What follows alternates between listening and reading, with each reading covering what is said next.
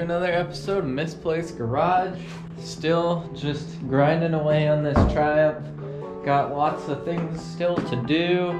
I just now got some parts in over here. One of the major key elements here is, before I put it all back together, is I got a lowering block from Moss Motors. I wanted a 3/4, but they were basically sold out and back ordered beyond belief, so I didn't go with the 3/4. I went with the 1-inch, which is honestly might be a lot, so we'll see how that goes. And the other items that I got were new bearings for the axle shafts, the part that goes inside the diff. These bearings are fantastic compared to the other ones. I don't even know why I didn't think about replacing them, because they're only like $8 for two, and this is kind of a major bearing. Whatever, you live and you learn. Anyways, I'm gonna get back to rebuilding this car, honestly.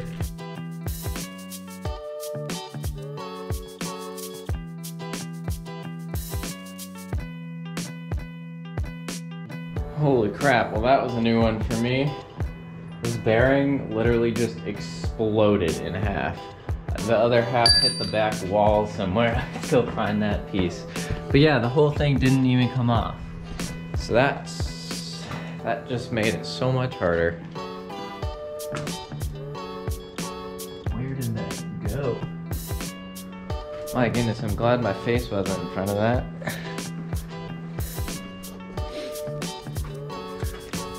I have no idea where that thing went. But man, wow. That could have been really bad. I've never seen a bearing explode like that. That thing is stuck on there.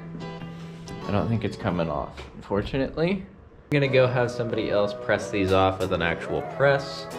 It's a lot easier for me, harder for them, but yeah, so that's where we're at now.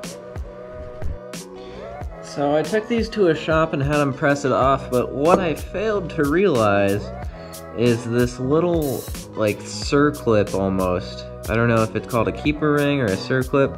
I failed to realize that this goes down and clips on. That is why I had this bearing explode in half, and I never did find the other half of it. So that kind of sucks, but I can tell where it went. It actually flew over here and absolutely mangled the insulation. I'm glad I didn't get hit by that. I don't know where it went though. So that's cool. One day I'll find it, not today. Anyways, I'm gonna get these all rebuilt and cleaned up.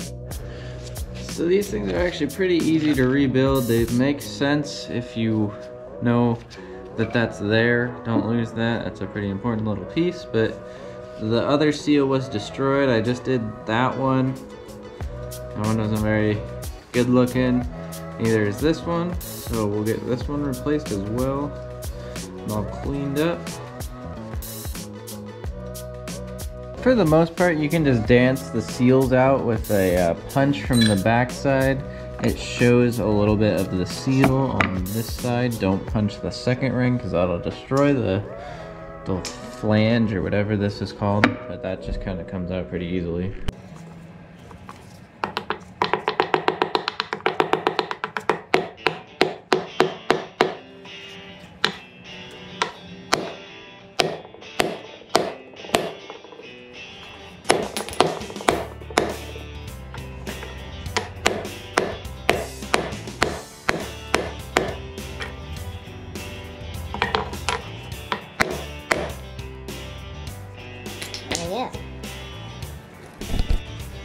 And obviously you want to clean up the inside where it keeps out the mud and grime and stuff. I'm not worrying about the outside stuff because that's the outside, so I'm not going to worry. And then this slides that way. Boom. And now, so obviously I don't have a press, at least yet I don't have a press. This actually slides down, but you can't push it on any farther because it needs to be press on. So what I have been doing is I've been using the old bearings. This one's the broken one, but I've been using that. Obviously oil this inside, put this one down, put that one down, and then use a large socket. And for the most part, you can get it on there straight if you aren't just beating on it. You just gotta take it hit by hit and make sure it's going on correctly, and the oil plays a major part to that so that it doesn't misalign.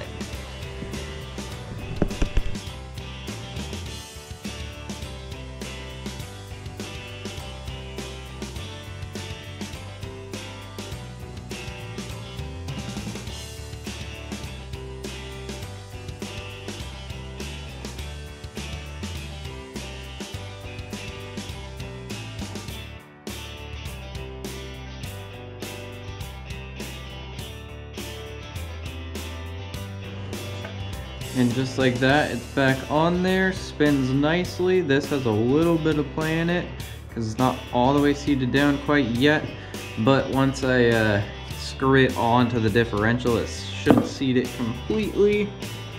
And then install the clip onto there. I don't believe there is a specific orientation for it, but you can go like that, stick the other bearing on there, stick that bearing on there, and then you can most likely just bada boom, it's back on there.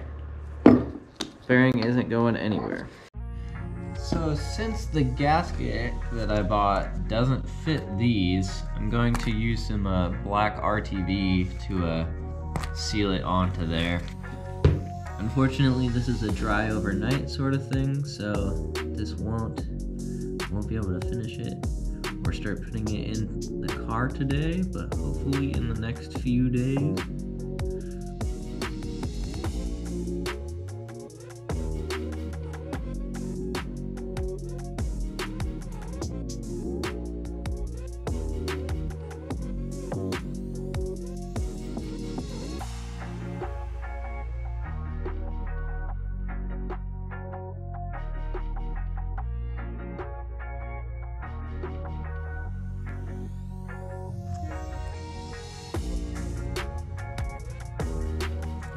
Not the prettiest looking thing that there is, but it will hopefully get the job done.